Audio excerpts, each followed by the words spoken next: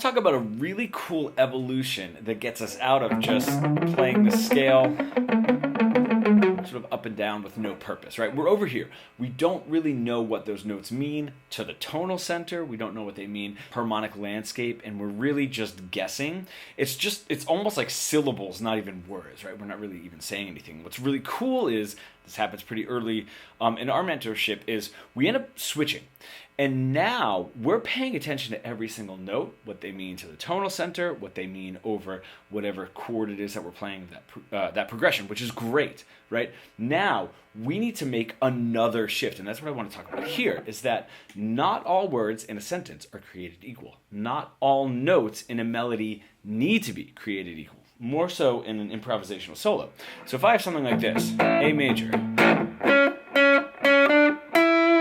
that's going to be my phrase, right? 3, 3, 3, 4, 5, right? As far as the tonal center is concerned, right? I'm here on the G string, 6, 6, 6, 7, 9, fretwise. Awesome. I'm outlining the chord. I can tell what they mean over the tonal center and my tonic chord.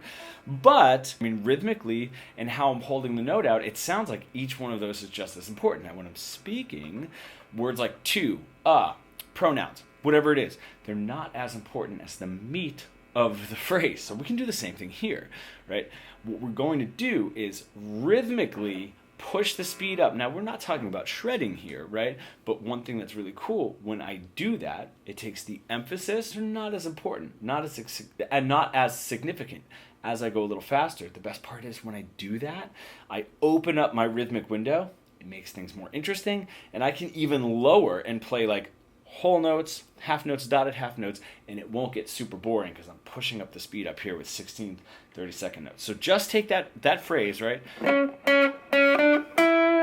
going to do something a little tricky, but I'm aiming for that 6th fret in the G string. So I'm going to go to the 4th fret, hammer on the 6, slide up to 7, back to 6. I could add another hammer on, or another pull off and hammer on it. A little bit of a legato line that dresses it up before the phrase starts. I can do it in the middle of the phrase.